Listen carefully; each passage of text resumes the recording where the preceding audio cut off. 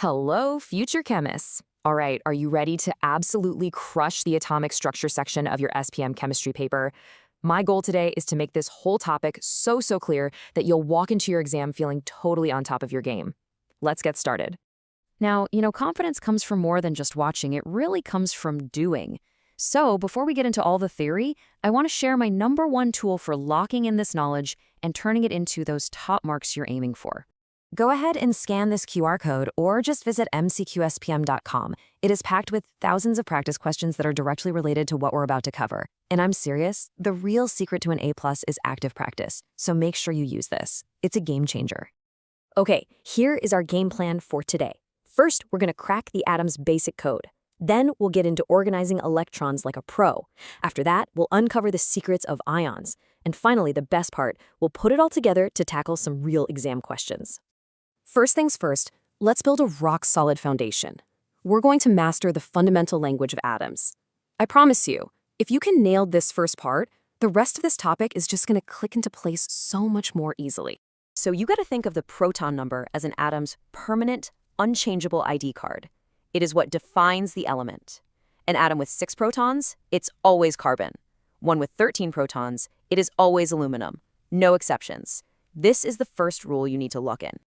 Next up is the nucleon number. Now, this is just the total weight of the atom's core. You just add up its protons and its neutrons. And here's a super simple exam hack for you. When you see those two numbers written together, the nucleon number is always the bigger one. That's an easy way to never get confused. So let's look at how this information is actually presented in your exams. You will see the standard format all the time. So let's just decode it together using a really common example. Aluminum. This shows you the exact process, step by step. The top number, 27, that's your nucleon number. The bottom number, 13, that's the proton number. Finding the neutrons? So easy. Just subtract the bottom from the top. 27 minus 13 gives you 14. And remember, in a neutral atom, the electrons always equal the protons. So 13 protons means 13 electrons. It's the same simple formula every single time.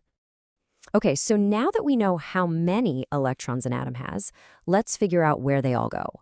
Understanding electron arrangement is, I guarantee you, going to get you marks on your exam, so let's really pay close attention here. These rules are pretty much your foundation for chemistry. Just remember it like this. The first shell is kind of small. It only holds 2 electrons. After that, the second and third shells, well, they want to have 8 to be stable and happy. And those electrons in that final outermost shell, they are the most important ones in all of chemistry. We call them valence electrons, and they are the key to how an atom behaves. Just look at how much information we can get from a simple diagram like this. We just count the electrons in each shell. You've got 2, then 8, then 6. So the arrangement is 2.8.6. That last number, 6, that's the number of valence electrons. And here's a pro tip. That number tells you the elements group in the periodic table. 6 valence electrons means it's in group 16. Cool, right? Okay, here's a classic exam-style question. They tell you there are 13 protons. So, what do you know immediately? Well, that there are also 13 electrons to arrange. So, just take a second and think. How would you place those 13 electrons into the shells? It's as simple as following the rules we just learned. The first shell takes 2. The second shell takes its max of 8. Okay, that's 10 electrons used up. We've got 3 left over, so they just go into the third shell. And the final arrangement is 2.8.3. See? Easy when you know the rules. All right, let's move on to a topic that trips up a lot of students, ions.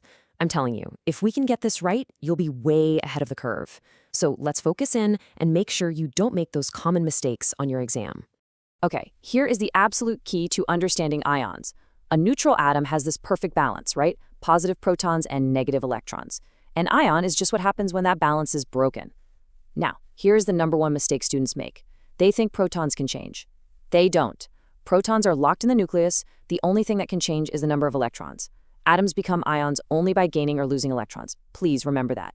This is a perfect example of a negative ion, which we call an anion. See how it has a full outer shell of 8 electrons? That's what makes it stable. That little negative sign tells you it achieved this by gaining an extra electron. So we can work backward. The original neutral atom must have started out with 7 valence electrons. And on the flip side, we have a positive ion, or a cation. That 2+ charge tells us it has lost 2 of its electrons. So if the ion has 18 electrons now, we know that the original neutral atom must have had 20 electrons to begin with. And what does that tell us? Well, it must have 20 protons. Okay, it's time to put all of these pieces together. We're going to tackle a multi-step exam question, the exact kind you are going to face on your actual paper.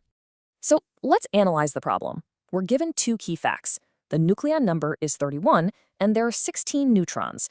Our mission is to find the number of electrons in its stable ion. Yeah, it looks complicated, but it's really just a sequence of simple steps. Don't be intimidated, we can do this. Here's how we break it down. Step 1, we gotta find the protons. Nucleon number minus neutrons. So 31 minus 16 gives us 15 protons. Step 2, figure out the electron arrangement for the neutral atom. 15 protons means 15 electrons, which we arrange as 2.8.5. Step 3, how does it form a stable ion? Well, with 5 valence electrons, it's way easier to gain 3 to get to a stable 8, rather than lose all 5. So it's going to gain 3 electrons. And finally, our final count, the original 15 electrons plus the 3 it gained means the stable ion has 18 electrons. Done.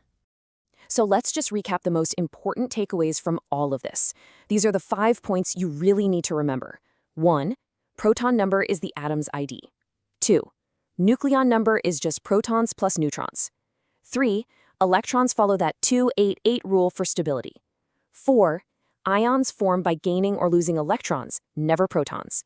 And 5, it's those valence electrons that determine everything about how an atom reacts.